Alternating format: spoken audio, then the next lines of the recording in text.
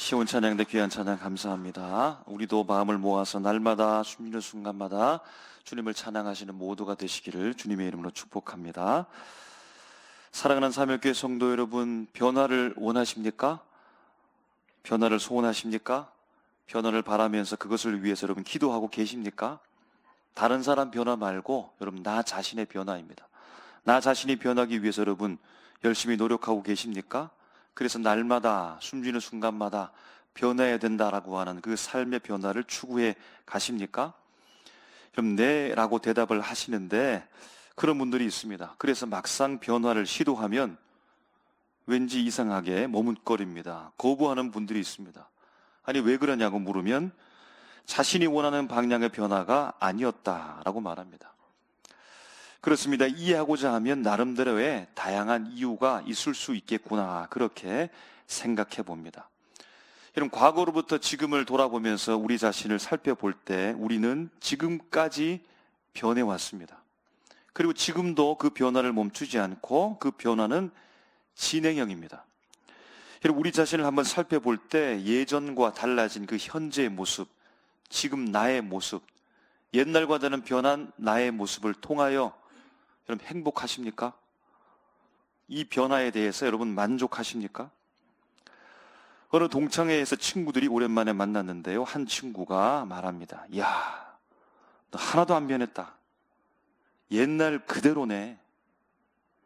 아마 외모를 두고서 말하는 것 같고 이는 긍정적으로 말하는 확률이 크므로 이 말을 들은 앞에 있는 동창 친구가 기분이 좋습니다. 그런데요, 내면적으로 그의 성격이나 행동을 두고서 다소 부정적으로 바라보며 말투로 그를 대합니다. 아니 너는 어떻게 옛날하고 똑같냐? 말하는 것하고 행동하는 것하고 하나도 안 변했네. 기분이 별로 안 좋습니다. 이런 반대로 너 왜 이렇게 변했어? 아니 왜 이렇게 변했어?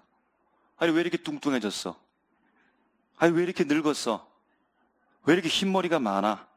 눈 밑에 다크서클하고 좀 피부 관리 좀 해라. 눈가에 주름이 왜 이렇게 많아? 기분이 몹시 안 좋습니다. 다음부터는 동창회 나가지 말아야지 생각하십니까? 이런 믿는 사람들이 바라는 공통적인 변화는 예수 닮음의 변화인 줄로 믿습니다. 신앙의 성숙으로의 변화를 가지고서 우리는 그곳을 향해 달려가고 있습니다. 여러분, 저 성도님의 신앙적 성숙, 그것을 어떻게 판단할 수 있습니까? 기도를 잘하면 신앙 좋은 분입니까? 성경 지식이 많으면 대단한 분입니까? 직분을 맡았으면 신앙으로 성숙한 사람이라고 확정할 수 있겠습니까? 이런 물론 참고사항은 될 수 있겠지만 보증한다거나 확신할 수는 없습니다. 성도의 성숙한 변화를 여러분 보통 무엇으로 말할 수 있을까요? 여러분, 하늘에 가서 찾아야 될 것이 아니고 사실은 당장에 우리 눈에 보이며 확인할 수 있는데요, 인격의 변화를 말한다고 할 수 있겠습니다. 인격적으로 성숙한 변화가 있다면 그 사람은 예수 닮은 사람이라고, 예수 닮으며 신앙의 성숙을 향하여 점점 변화되고 있다고 이렇게 말해도 결코 거짓이 될 수 없습니다. 여러분, 그러면 인격적 성숙, 신앙의 성숙으로의 변화를 위해서 무슨 일을 하고 계십니까? 어떤 일을 하고 계십니까? 여러분, 이를 위해서 여러분들이 하고 있는 것이 무엇입니까? 한 가지 분명한 사실은 아무것도 하고 있지 않다면 우리의 신앙 성숙, 인간적인 변화는, 인격적 변화는 없는 것이 당연합니다. 변화를 위해 아무것도 안 하면서 나는 왜 그냥 이대로일까? 나는 왜 은혜가 없을까? 내 마음에 왜 성령의 충만한 감정을 느낄 수 없을까? 내 삶은 변하지 않을까? 왜 내 마음은 항상 옹졸하고 이렇게 좁을까? 한탄하고 실망하는 것은 여러분 자기 모순입니다. 여러분, 어떻게 밥을 먹지 않았는데 배가 부를 수 있겠습니까? 어떻게 수영 연습을 안 했는데 수영을 잘할 수 있겠습니까? 어떻게 공부를 안 했는데 시험을 잘 볼 수 있겠습니까? 여러분, 이 보편적인 아주 쉬운 원칙을 알고 있기 때문에 우리가 날마다 우리 자녀들에게 공부 열심히 하라고 여러분 그렇게 다그치는 것 아니겠습니까? 그럼 신앙도 곧 인격적 성숙도 매 한 가지입니다. 오늘 본문에 등장하고 있는 한 인물을 우리가 주목하는데요, 이 사람을 볼 때 언뜻 보면 변화가 있을 것 같습니다. 대단한 변화가 있을 것 같습니다. 그런데 이상하게도 변화가 없습니다. 여러분, 왜 그런지, 그 원인이 무엇인지 오늘 말씀을 통해서 함께 은혜를 나누면서, 여러분, 우리는 예수 닮음으로의 변화, 인격적 성숙, 신앙적 성수로의 변화를 멈추지 말고 주님께서 원하시는 그 변화를 향해 나가는 축복된 인생 되시기를 주님의 이름으로 축복합니다. 오늘 본문의 내용은 현재와 과거의 이야기가 함께 교차되고 있는데요. 여러분, 그러니까 시간의 경과가 있다는 겁니다. 여러분, 시간의 경과가 있다는 말은 변화를 그를 향하여 기대할 수 있다라는 겁니다. 먼저 과거부터 오늘 이야기를 시작해 보려고 합니다. 여러분, 예수님 시대에 나라를 통치하는 왕들은 구약 시대 때 이스라엘 왕조처럼 이스라엘 사람들이 통치하는 나라가 아니었습니다. 로마가 세계를 지배하고 로마 통치하에 있는 이스라엘 사람 아닌 이방 사람이 이스라엘 나라에 들어와서 다스리는 겁니다.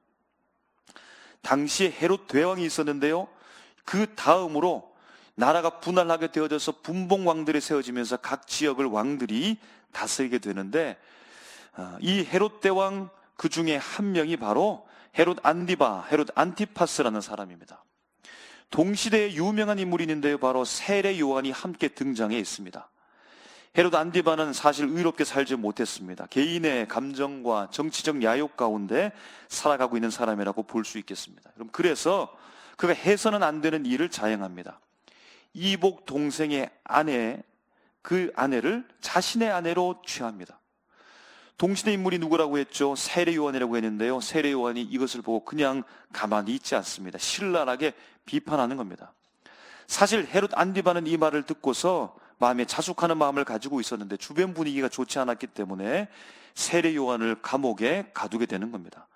그럼 특히 헤롯 안디바와 결혼했던 이 헤로디아가 세례 요한을 원수처럼 생각하고, 어느 날 헤롯 안디바의 생일을 맞이했는데 연회를 베풀어서 수많은 사람들이 초대를 받고서 기쁘게 잔치를 즐기면서 축하하고 흥을 돋우고 있습니다. 그때 헤로디아의 딸이 춤을 추면서 축하합니다. 흥을 돋웁니다. 그 모습을 보고 많은 사람들이 아마 기뻐하고 헤롯도 기분이 좋았던 것 같습니다. 그래서 이 헤로디아의 딸에게 내 소원을 말해보아라, 내가 다 들어주겠다라고 말하니까 당장 그 앞에서 말하는 것이 아니고 이 딸은 어머니 헤로디아에게 가서 무엇을 구하면 좋겠습니까? 함께 상의합니다. 헤로디아는 절호의 기회를 맞이하고 원수 같은 세례 요한의 목을 구하라 라고 요청하는 겁니다. 헤롯은요, 근심했지만 결국에는 세례 요한의 머리를 딸에게 주는 겁니다.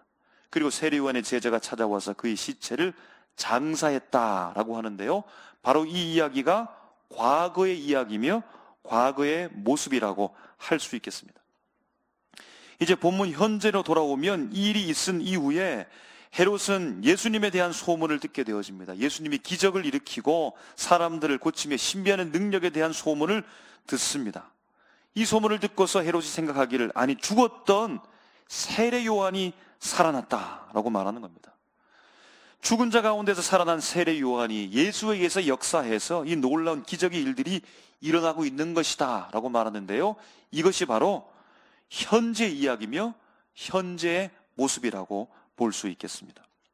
그럼 헤롯에 대해서 평가를 할 때 그에게 긍정적인 면도 보이는 것 같습니다. 헤롯은 지금이요, 곧 현재 14절을 보게 되어지면 세례 요한이 살아났다라고 말합니다. 부활을 그가 믿고 있는 것처럼 보입니다. 믿음에 대해서 제가 이런 것 같습니다라고 이야기하는 것은 실제적으로 헤롯이 진짜 믿음이 좋은지는 아직까지 검증이 되지 않았기 때문입니다. 우리가 찾아가고 있는 중에 있습니다.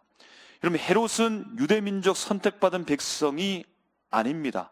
이둠의 사람 에돔 족속의 후손으로서 살아가고 있는 사람입니다. 여러분, 그런데 이 사람이 부활에 대해서 믿고 있는 것처럼 보인다는 거죠.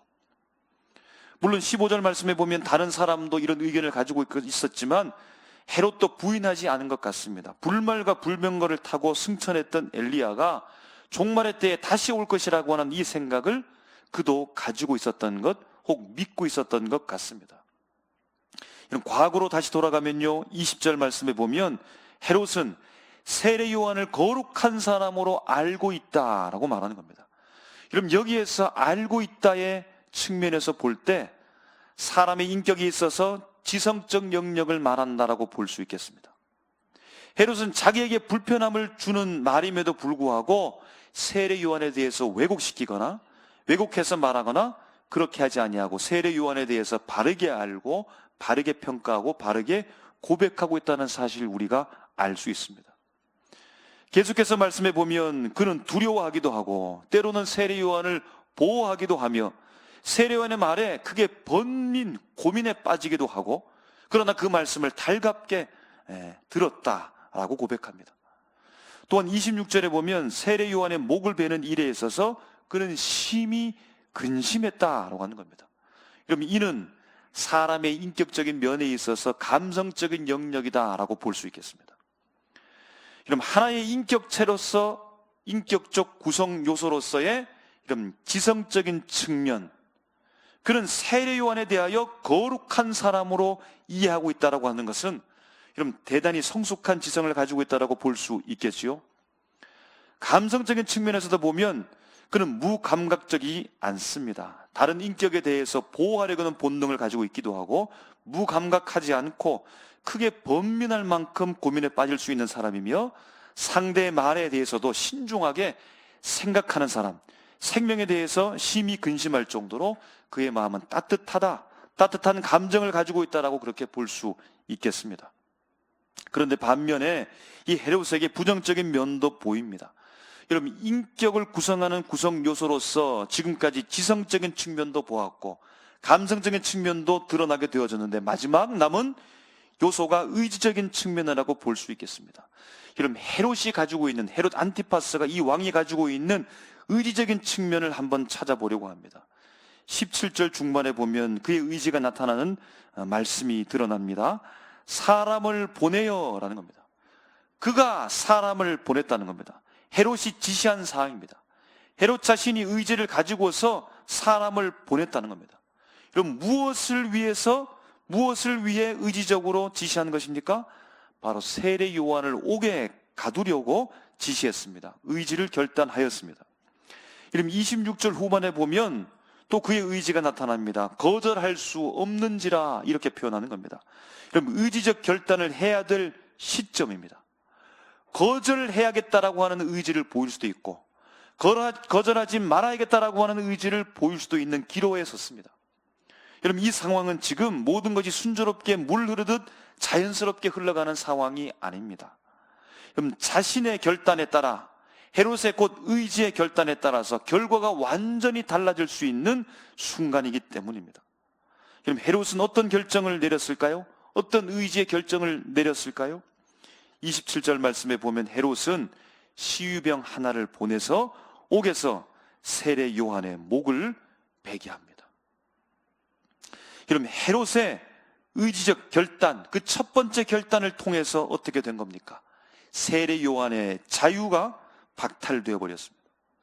하나님께서 세례 요한에게 주신 사명, 너는 광야에서 외치는 자의 소리가 되어라, 천국을 선포하라, 사람들에게 메시아로 잘 갈 수 있도록 그 길을 정비하라고 하는 이 사명을 그에게 주었는데 그 사역을 막는 결과를 초래했다는 겁니다.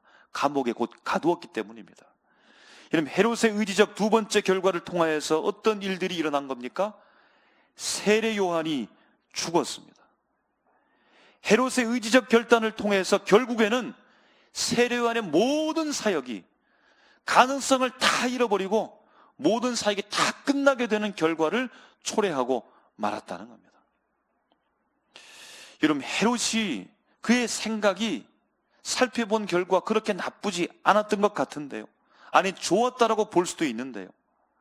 세례 요한이 비록 광야에서 메뚜기와 석청을 먹고 낙타 털옷을 입고서 그렇게 살았지만 세례 요한을 향하여서 거린이라고 말하지도 않았고 미친 사람이라고 말하지 않고 거룩한 사람이라고 말할 정도로 헤롯의 지성은 좋았습니다.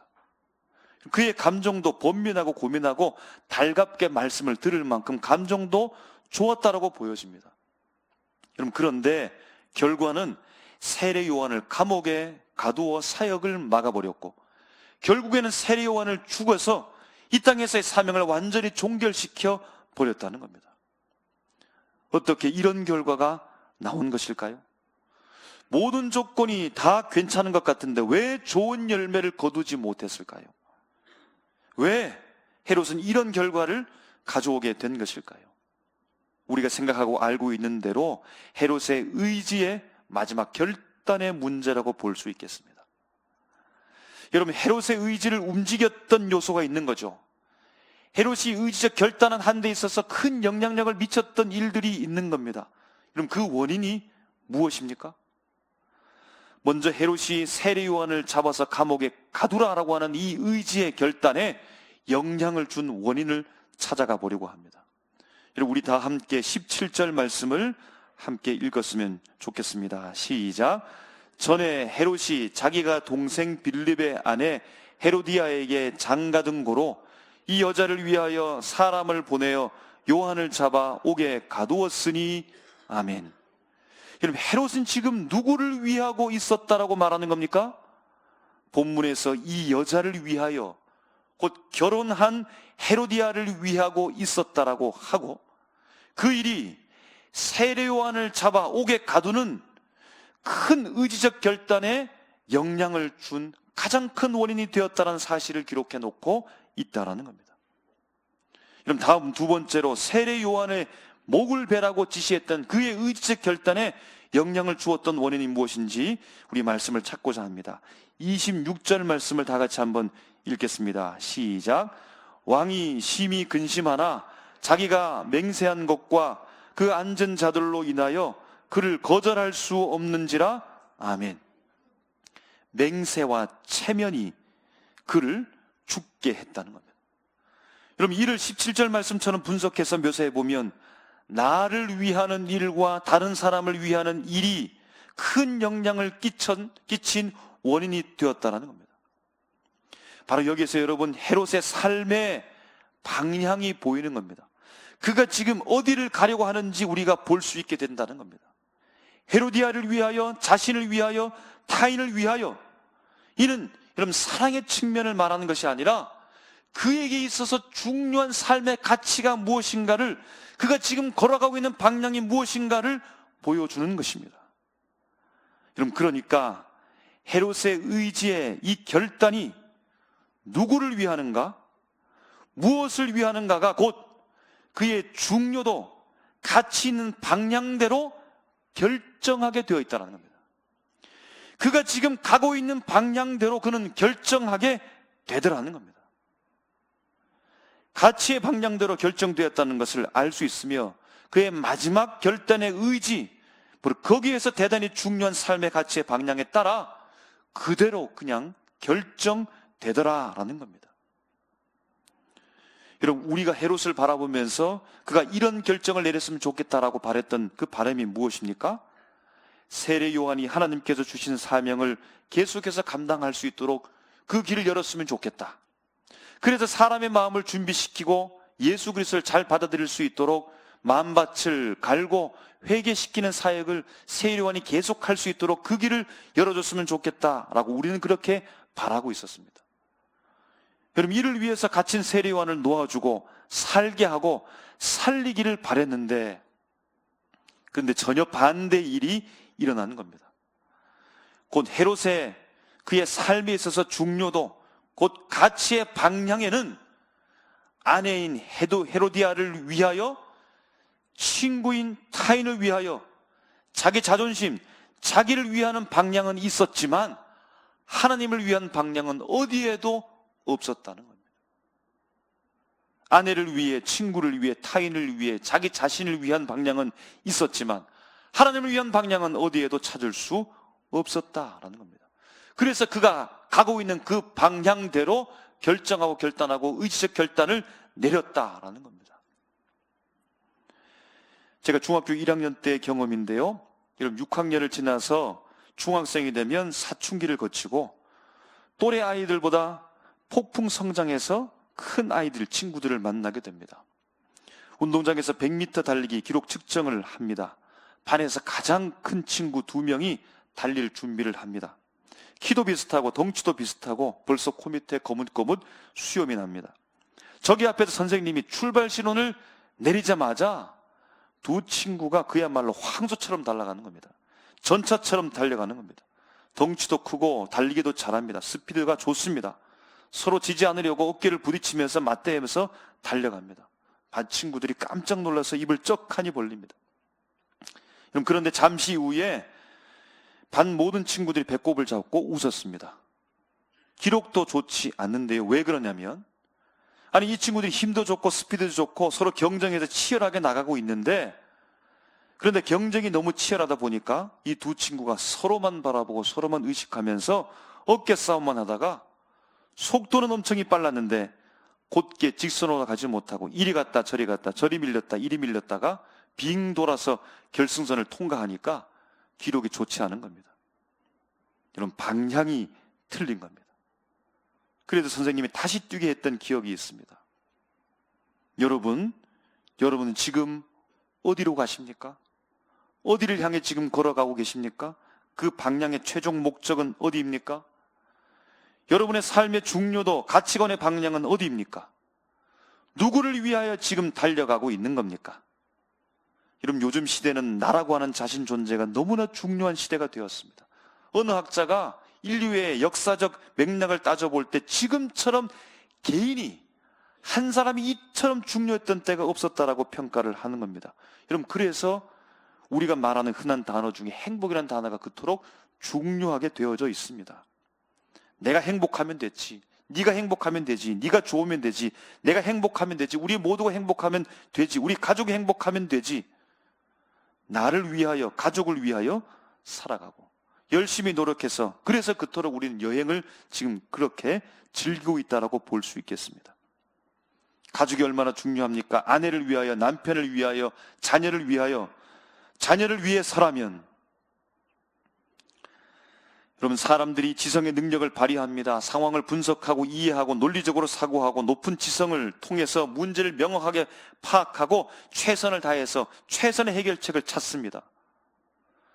여러분, 사람들의 감정의 능력을 발휘합니다. 공감하고 연민하고 사랑하는 등 인격적인 정서를 느끼고 타인과 관계를 맺습니다. 여러분, 요즘에 감정이 너무나 중요하죠? 공감이 너무나 중요하죠? 감성을 풍부하게 해서 다른 사람의 감정을 잘 이해하고 더 나은 인간관계를 형성해가려고 부단히 노력합니다. 사람들이 의지의 능력을 발휘합니다. 목표를 설정하고 철두철미하게 계획하고 이를 이루기 위해서 결단하고 행동하고 때로는 자제하고 결단하고 지속하는 힘을 가지고서 열심히 최선을 다해서 살아갑니다. 그런데 사랑하는 사명교회 성도 여러분, 이러한 치열한 삶 속에서 우리 안에 생명의 좋은 결과가 일어나고 있습니까? 살만 나는 일들이 넘쳐나고 있습니까? 살 것 같습니까? 이제 놀라운 생명의 놀라운 일들이 우리에게서 충만하게 여러분 일어나고 있습니까? 여러분, 중요한 것은 방향이 어디인지를 보아야 된다는 겁니다.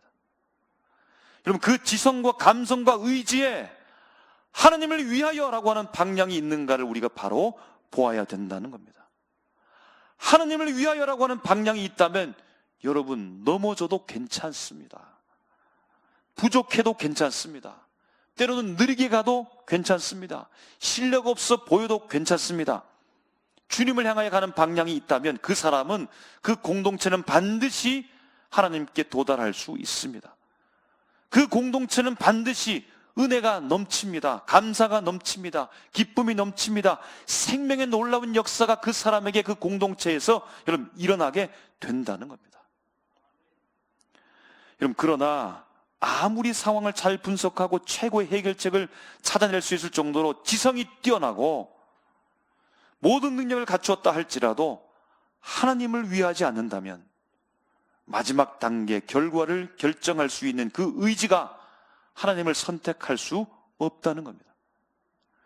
여러분, 아무리 다른 사람의 감정을 잘 이해하고 그들과 좋은 관계를 유지하면서 살아가는 감성을 가지고 있다 하더라도 그 사람이 하나님을 위하지 않는다면, 그 방향을 잃어버렸다면 마지막 열매를 거두게 되는 그 의지가 제대로 작동하지 못하고 아름다운 열매를 거둘 수 없게 된다는 겁니다. 헤롯은 과거에도 좋은 생각을 한 것처럼 보이고 과거에도 좋은 감정을 가지고 있었던 것처럼 보이며 현재에도 부활이라고 하는 고차원적 지성을 가지고 있습니다. 그러나 그는 아름다운 열매를 맺지 못했습니다. 생명의 의지적 결단을 보여주지 못했습니다. 왜냐하면 그는 하나님을 위하는 사람이 아니었기 때문입니다. 그는 그저 헤로디아를 위해서, 자기 아내를 위해서, 자기 자신을 위해서, 자기 자존심을 위해서 다른 사람의 눈치를 보면서 다른 사람을 위한 방향으로만 살고 있었던 사람이지 하나님을 위한 사람이 아니었기 때문입니다. 사랑하는 삼일교회 성도 여러분, 하나님을 위해 살아가시기를 주님의 이름으로 축복합니다. 하나님을 위해 살아야 됩니다. 그러면 반드시 우여곡절이 있다 하더라도 하나님이 우리에게 주시는 아름다운 그 열매, 그 결과, 은혜, 생명의 놀라운 풍성함이 마침내 생명의 결승점에 도착하게 될 줄로 믿습니다. 하나님을 위해 주님을 바라보고 주님께 우리의 맞춤 초점을 맞추고 그분이 목표가 되어져서 우리 함께 일사불란하게 함께 마음을 맞추며 나아가는 나 자신, 우리의 가족, 믿음의 공동체가 되시기를 주님의 이름으로 축복합니다.